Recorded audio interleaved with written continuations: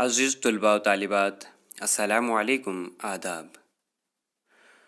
پیارے بچوں، آج کی کلاس میں ہم اردو زبان کی پیدائش کے حوالے سے پڑھیں گے کہ اردو زبان کا جنم کہاں ہوا، کہاں سے اس کا وجود قائم ہوا، اس کی پیدائش کہاں پر ہوئی، اور پھر اس کے حوالے سے یعنی اردو زبان کی پیدائش کے حوالے سے جو ماہرین نفسیات نے اپنے نظریات دیے ہیں ان میں سے چند اہم نظریات بھی ہم پڑھیں گے کہ الگ الگ نظریات ہیں اس کی پیدائش کے حوالے سے۔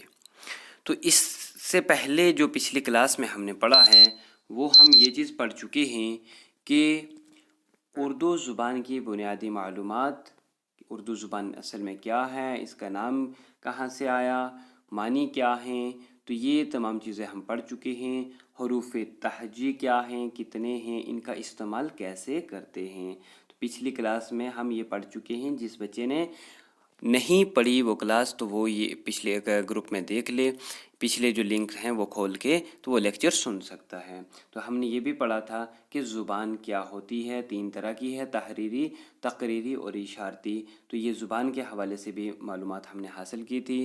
تو حروف تہجی کو استعمال کرتے وقت ہم جب کسی زبان میں استعمال کرتے ہیں تو حروف ہمارے پاس ہوتے ہیں، ان کو ملا کے لفظ بنتے ہیں، تو لفظوں کا استعمال کرتے ہیں تو جملے بنتے ہیں، جملوں سے اقتباس بنتے ہیں۔ تو یہ تمام چیزیں ہم پڑھ چکے ہیں۔ تو آج کی کلاس میں ہم ابھی اپنا جو آگے والا سبق ہے وہ شروع کرتے ہیں۔ تو اس سے پہلے آپ کے پاس ایک کاپی ضرور ہونی چاہیے جس پر آپ لوگ یہ تمام جانکاری لکھیں گے اور آخر پر لکھنے کے بعد اس کو تیار بھی کریں گے۔ تو چلیے شروع کرتے ہیں۔ تو کیا ہم نے پڑھنا ہے ابھی کہ اردو زبان کی پیدائش کہاں پر ہوئی، اور دوسری بات اس کے حوالے سے جو اہم نظریات ہیں وہ بھی پڑھیں گے۔ تیسری بات کہ ہم نے آپ کو پہلی کلاس میں یہ بتایا تھا کہ اردو زبان کا تعلق جو ہے وہ کس خاندان سے ہے، ہند آریائی خاندان سے۔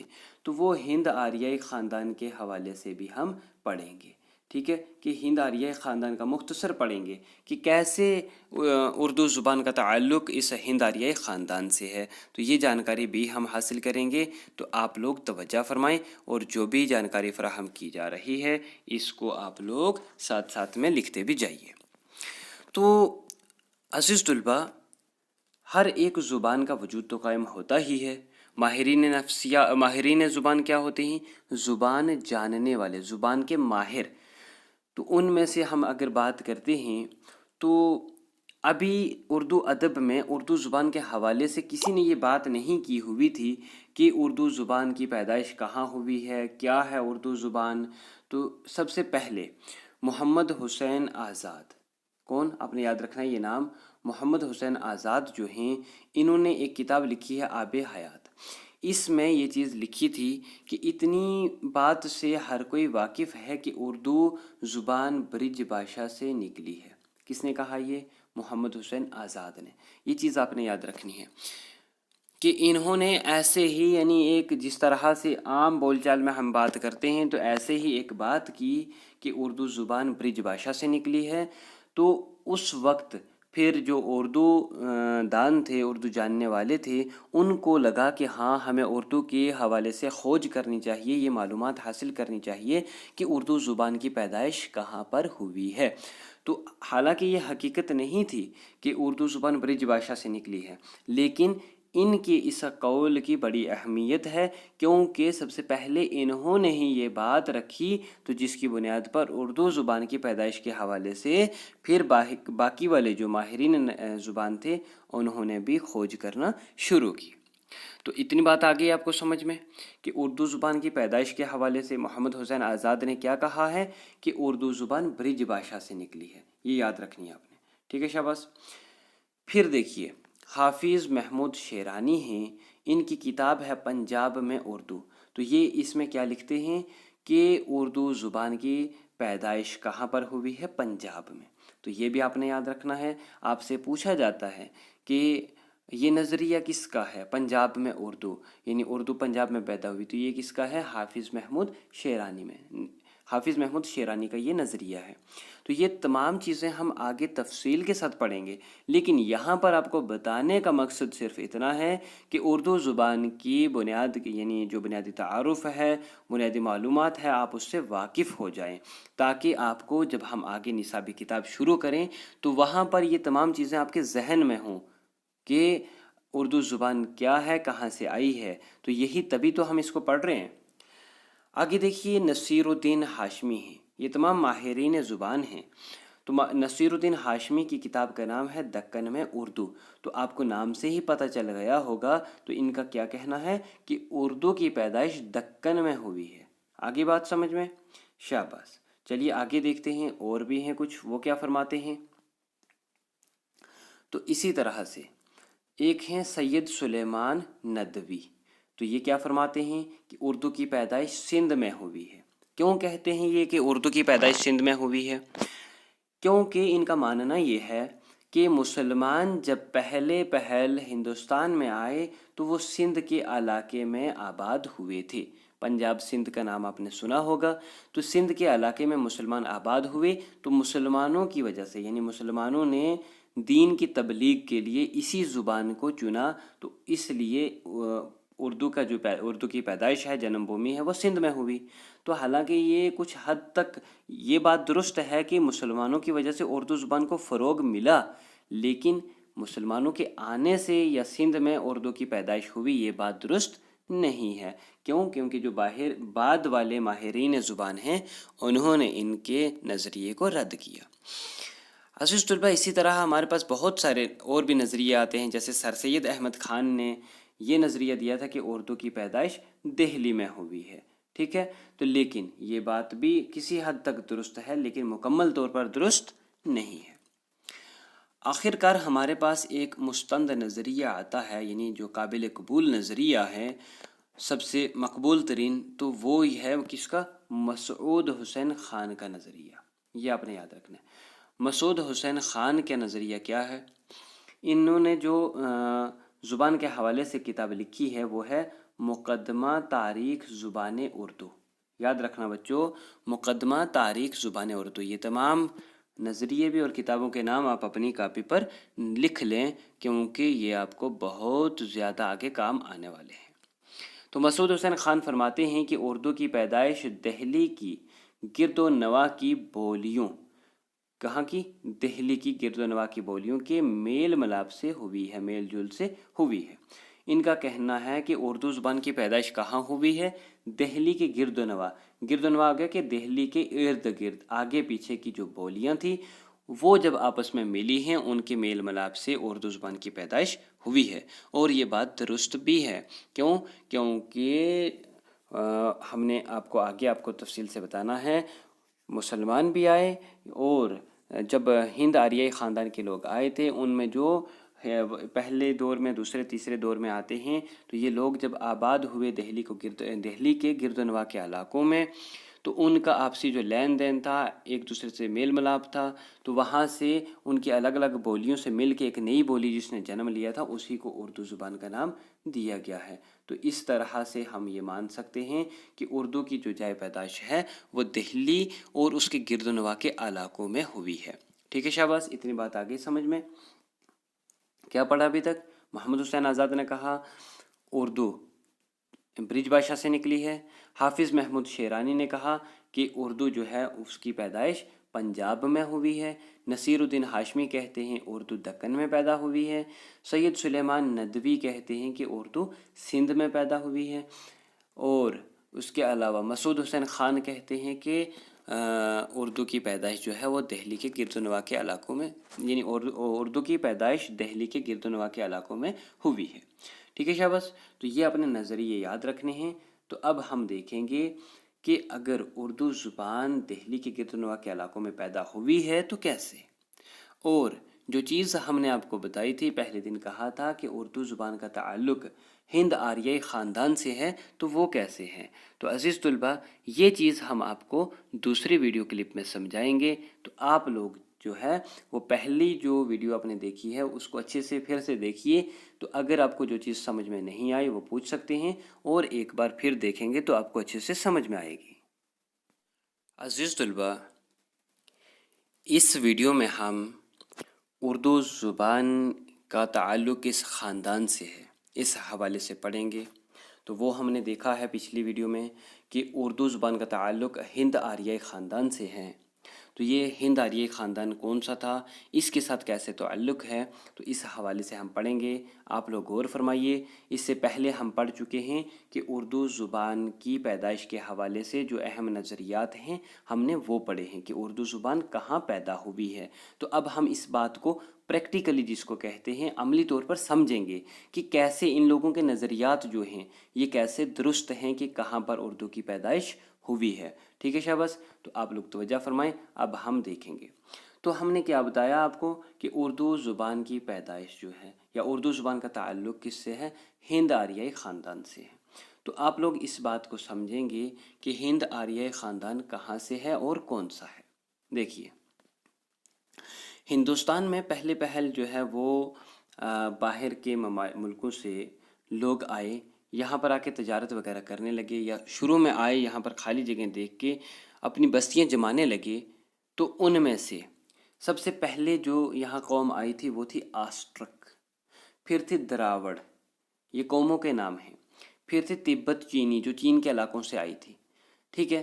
तो क्या हुआ कि जब आस्ट्रक आए हिंदुस्तान में आके यहाँ इन्होंने अगर डेरा लगा लिया, तो जब द्रावड़ आए ना तो इन्होंने इनको यहाँ से भगा दिया आगे पीछे, ये यहाँ से भाग के तो यहाँ पर कब्जा कर लिया दिल्ली के इलाकों में, या आगे पीछे आप कहें कि जो खास मरकज़ी इलाके थे वहाँ पर। जब द्रावड़ के बाद कौन सी कौम आई, तिब्बत चीनी। तो तिब्बत चीनी जो थे इन्होंने किसको, द्रावड़ को भगा दिया वहाँ से, इस इलाके से द्रावड़ को भगाया तो यहाँ पर खुद रहने लगे। ऐसा ही हुआ जब हिंद आर्याई कौम यहाँ पहुँची तो इन्होंने ये जो पहले वाले लोग थे इनको यहाँ से आगे पीछे धकेल दिया, क्योंकि उस वक्त कब्ज़े किए जाते थे, भगाया जाता था एक दूसरे को, तो यहाँ पर इनका कब्ज़ा हो गया। अब हिंद आर्याई ख़ानदान के हवाले से देखिए कि ये कैसे हुआ, हिंद आर्याई ख़ानदान किसको कहते हैं। अज़ीज़ तलबा, ये यूरोपीय एक कौम है जिसको आप इंग्लिश में क्या कहते हैं, इंडो आर्यन। आर्यन के बारे में आपने पढ़ा है ना, आर्यन, शाबाश।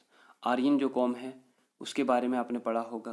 तो ये यूरोप से जब ये कौम चली, ईरान में पहुंची, ईरान से हिंदुस्तान में आकर बसी, तो ये वो कौम है जो यूरोपीय ज़ुबान भी जानती थी थोड़ी बहुत, ईरानी भी जानती थी और हिंदुस्तान की बोलियां भी इसने जानी। तो इसलिए जब ये यूरोप में थी इसको हिंद यूरोपी कहा गया। अगर ईरान से गुजरी या ईरान में जो रुकी उसको हिंद आर्याई ईरानी कहा गया। और वही कौम जब हिंदुस्तान में पहुंची तो इसको क्या नाम दिया गया है, हिंद आर्याई। हिंद आर्याई। आर्याई क्यों कहते हैं इसको, क्योंकि आर्यन है, और हिंद क्यों कहते हैं, क्योंकि हिंदुस्तान में ये आके रची बसी है इसलिए। इतनी बात आ गई आपको समझ में कि क्या समझे आप, एक हिंद आर्याई ख़ानदान यहाँ पहुँचा। ठीक है शाबाश। तो हिंद आर्याई ख़ानदान कहाँ से चला था, यूरोप से, फिर ईरान आया, ईरान से आके हिंदुस्तान में पहुँचा। तो हिंद आर्याई ख़ानदान शुमाली हिंदुस्तान में फैल गई। जब ये यहाँ पहुँचे, शुमाली हिंदुस्तान कौन सा है, दिल्ली और उसके गिरदो नवा के इलाकों को शुमाली हिंदुस्तान कहा जाता है। ठीक है शाबाश। और फिर आर्यों की ज़ुबान परवान चढ़ने लगी। जब ये लोग यहाँ पहुँचे तो फिर इन्होंने अपने कारोबार शुरू किए, लेन देन शुरू किए, तो धीरे धीरे इनकी ज़ुबान वहाँ पर आगे पीछे फैलने लगी।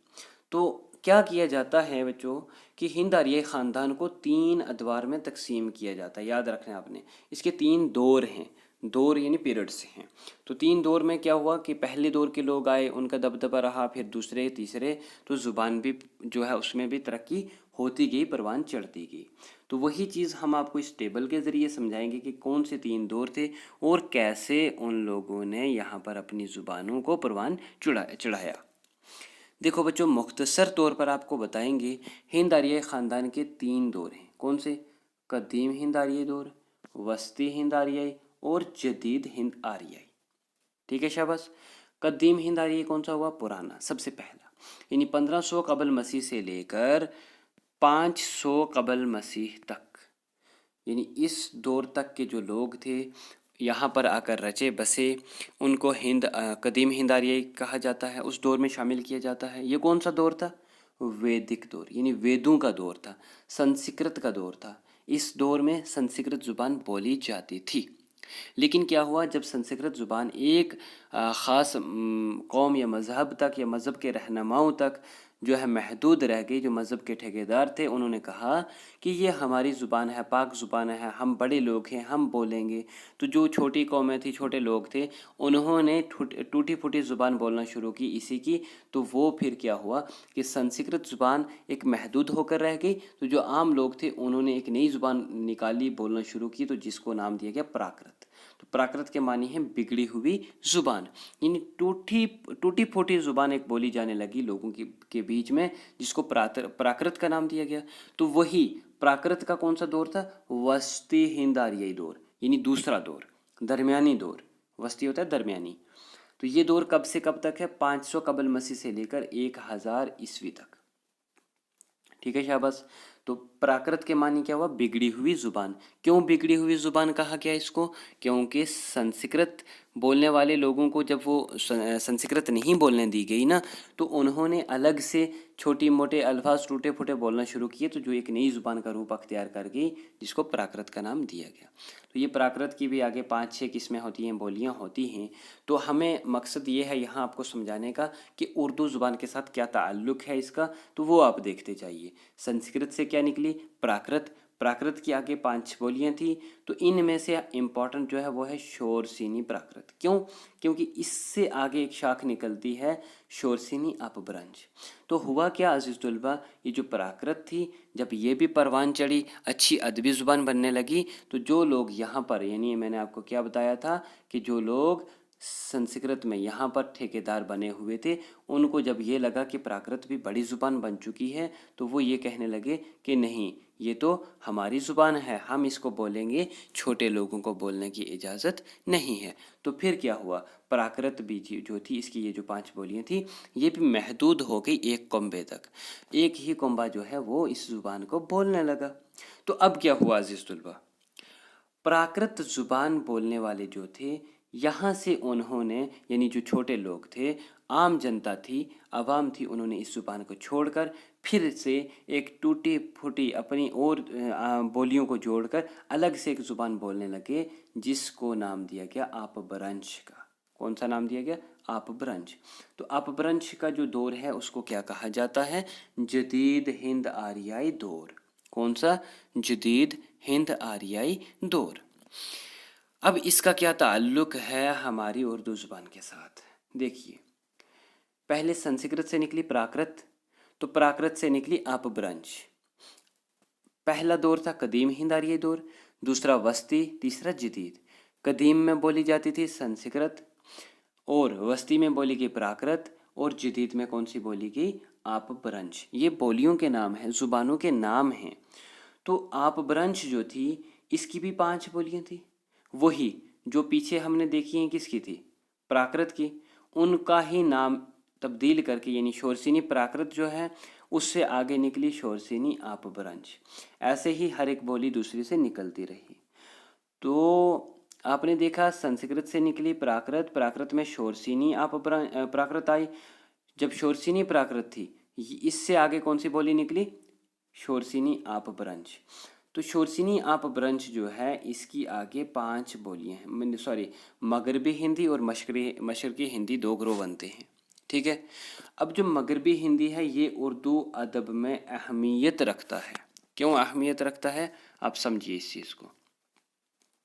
क्योंकि मगरबी हिंदी की जो 5 बोलियां थी, कितनी थी, 5 बोलियां, कौन कौन सी, खड़ी बोली, हरियाणवी, बंदीली, कनौजी और ब्रिज भाषा। अब आपने गौर करनी है बच्चों, जो नज़रियात आपको पहले बताए हैं वो आपको यहाँ से समझ में आएंगे कि क्यों वो माहिरीन ज़ुबान ने ये नज़रिए दिए थे। इसलिए कि जो शोरसिनी अपभ्रंश थी, इसकी जो आगे शाख थी मगरबी हिंदी की बोलियाँ। ठीक है। तो मगरबी हिंदी की 5 बोलियाँ हैं। कुछ माहिरीन ज़ुबान ने ये कहा कि उर्दू इन ब्रिज भाषा से निकली है, किसी ने कहा हरियाणवी से निकली है, किसी का मानना था पंजाब से निकली है, सिंध से निकली है, दक्कन से निकली है। तो ये कहने का मकसद है कि हर एक के अलग अलग नज़रियात थे, लेकिन जिस नज़रिए को हमने कहा है ना दुरुस्त है, तो वो किसका था? मसूद हुसैन खान का। उन्होंने क्या कहा? पहले उन्होंने नज़रिया दिया हुआ था कि उर्दू की पैदाइश, उर्दू जो है वो खड़ी बोली से निकली है। तो खड़ी बोली यूपी वगैरह में बोली जाती है, ठीक है। तो बाद में उन्होंने जो नज़रिया दिया है उसमें कहा है कि उर्दू की पैदाइश दिल्ली के गिरद नवा की बोलियों से हुई है, उनके मेल जोल से। तो वहाँ पर कौन सी बोली बोली जाती है?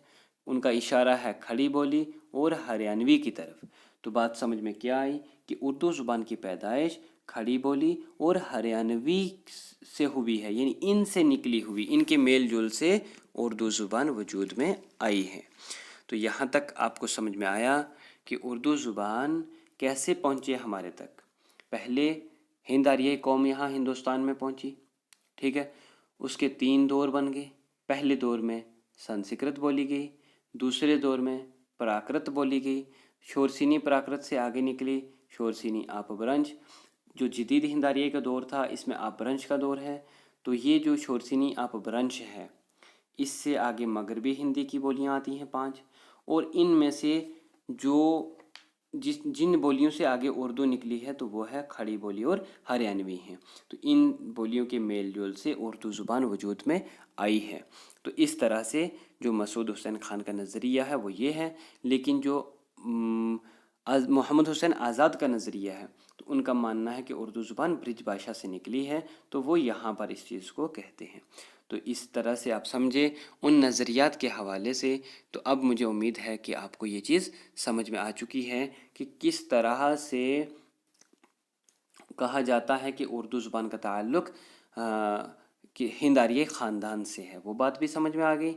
और किस तरह से ये कहा जाता है कि उर्दू ज़ुबान दिल्ली के गिरदोनवा के इलाकों में पैदा हुई है, तो ये चीज़ भी आपको यहाँ से क्लियर कर दी गई है। तो अब आप लोग अच्छे से इस लेक्चर को फिर से सुनिए, देखिए। जहाँ से आपको समझ में नहीं आया तो आप लोग फिर से पूछ सकते हैं।